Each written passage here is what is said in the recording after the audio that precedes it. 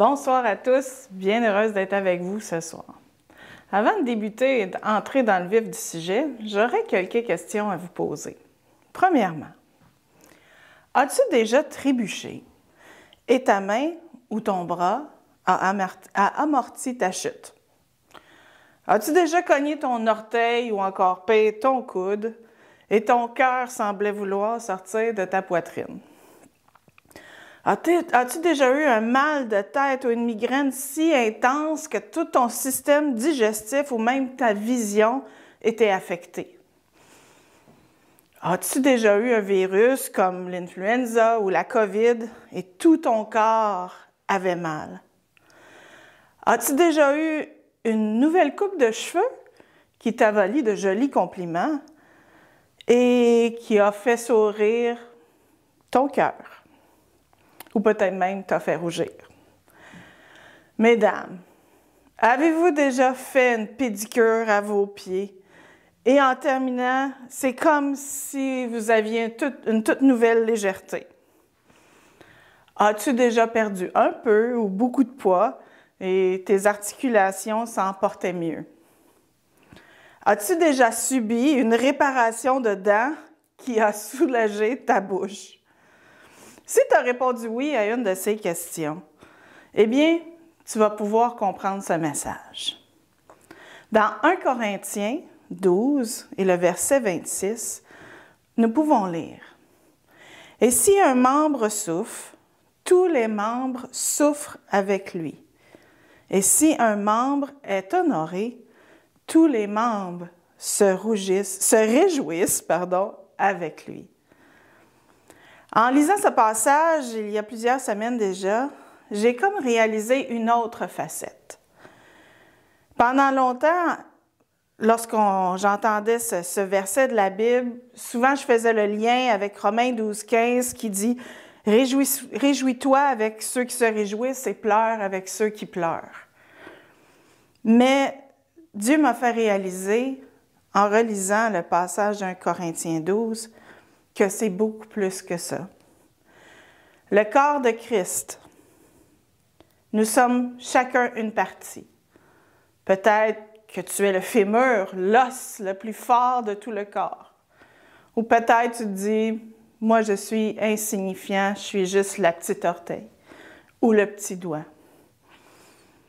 Mais peu importe ta position dans le corps, d'une façon ou d'une autre, un autre parti aura un impact sur toi tôt ou tard.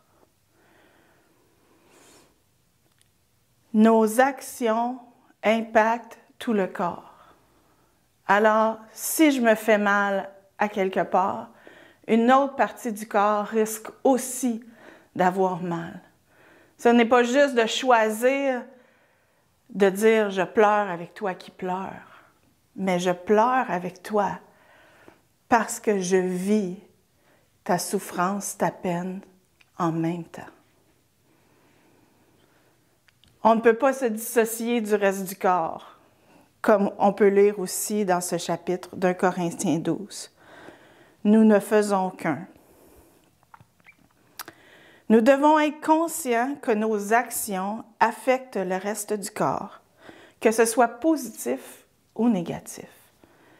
Nos actions non seulement peuvent, mais vont affecter quelqu'un d'autre.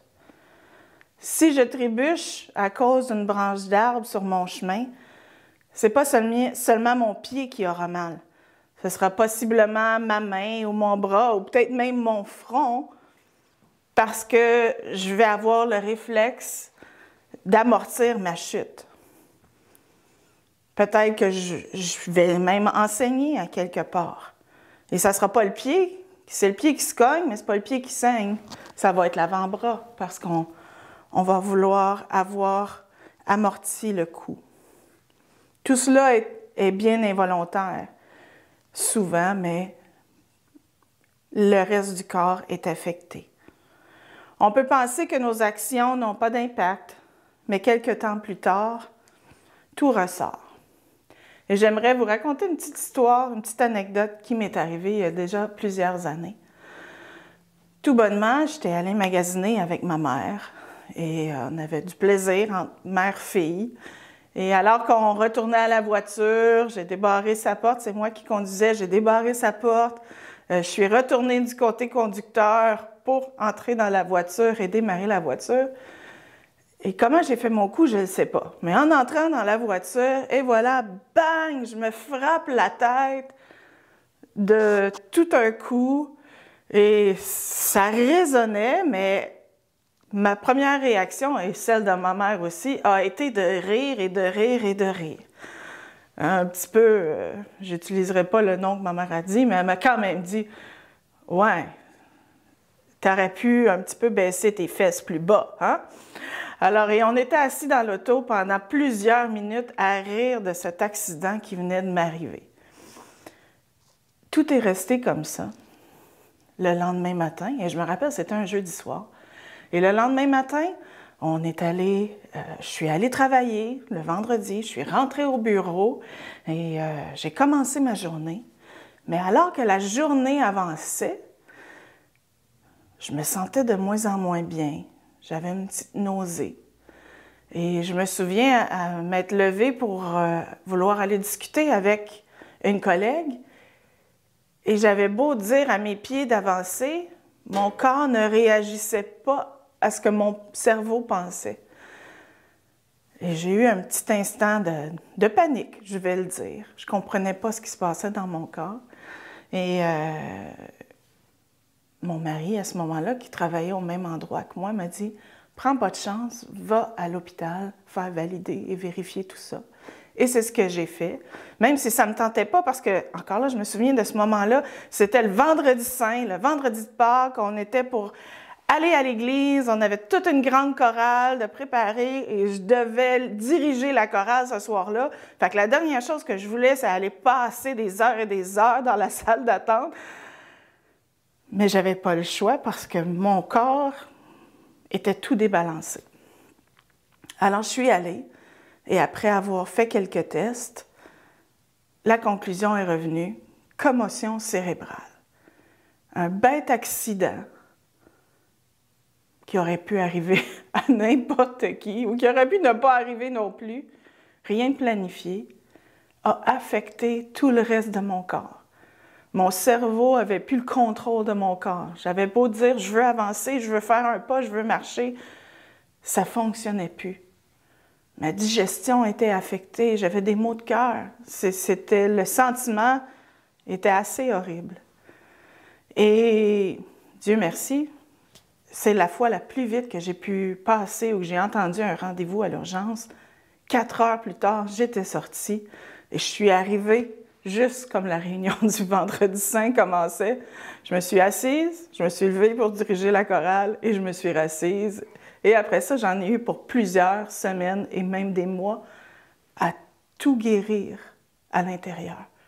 Le processus a été long. J'ai eu des maux de tête, des migraines pendant longtemps.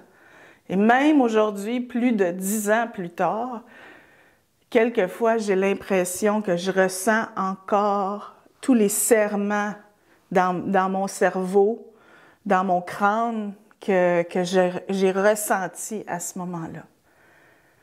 Nos actions ont un impact sur tout le reste du corps. On peut même le voir dans Jacques. Jacques 3, les versets 5 et 6.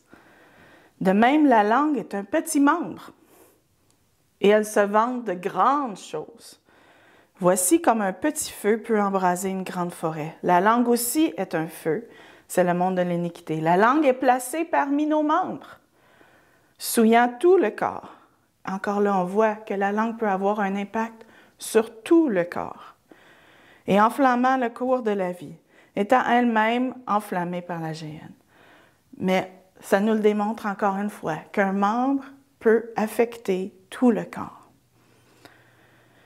Et si un membre souffre, tous les membres souffrent avec lui. Si un membre est honoré, tous les membres se réjouissent et sont honorés avec lui. Non seulement parce que je prends la décision, mais parce que c'est le réflexe, c'est comme ça que le corps fonctionne. Je me cogne un orteil, mais la douleur va irradier jusqu'à d'autres parties de mon corps.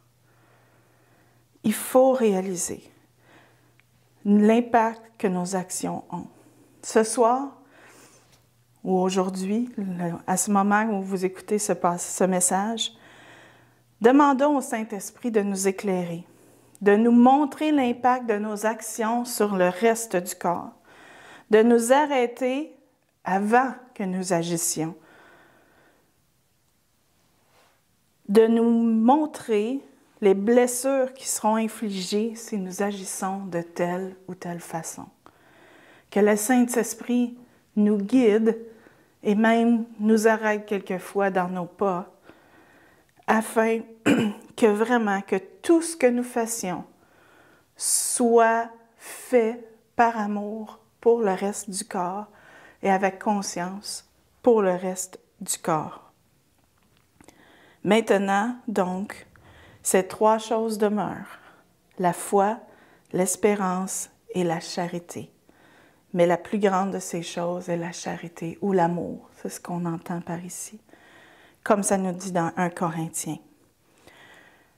Encore une fois, réalisons l'impact de nos actions, de nos paroles, que ce soit de façon positive ou négative. Réalisons l'impact que nous avons sur le reste du corps de Christ, sur le reste de la famille. Et soyons intentionnels dans nos actions, dans nos paroles, que nous allons dire à nos frères, nos sœurs, aux autres membres dans le corps de Christ. Alors, c'est ce que j'avais pour vous ce soir. Et j'avais à cœur qu'on termine ce soir avec le chant qui nous dit « Nous sommes un dans un lien d'amour ». Réalisons cette unité, non seulement qu'on se tient par la main, mais que nous faisons un, parce que nous sommes le corps de Christ et lui est notre chef, il est la tête.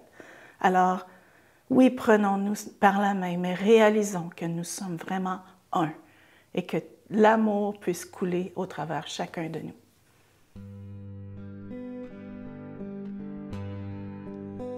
Nous sommes un dans un lien d'amour. Nous sommes un dans un lien d'amour. Notre esprit est uni avec l'Esprit de Dieu. Nous sommes un dans un lien d'amour.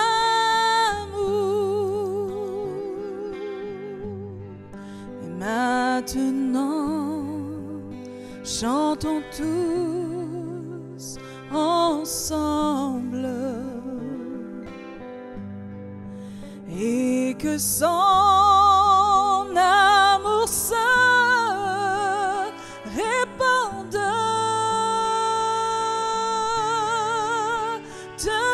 Tenons-nous par la main et le monde verra que nous sommes un dans un lien d'amour. Chantez-le.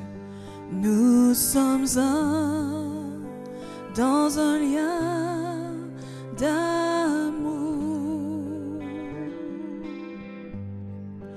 Nous sommes un dans un lien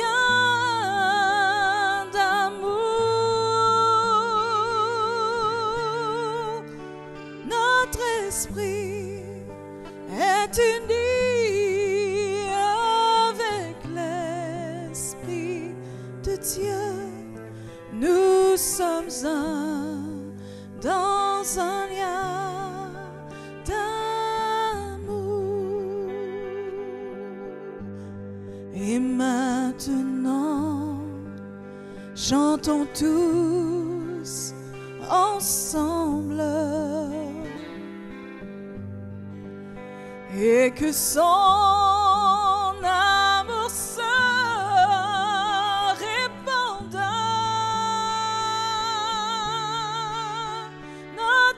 esprit est uni avec l'esprit de Dieu. Nous sommes saints dans un lien d'amour. Tenons-nous par la main et le monde verra que nous sommes saints dans un lien d'amour.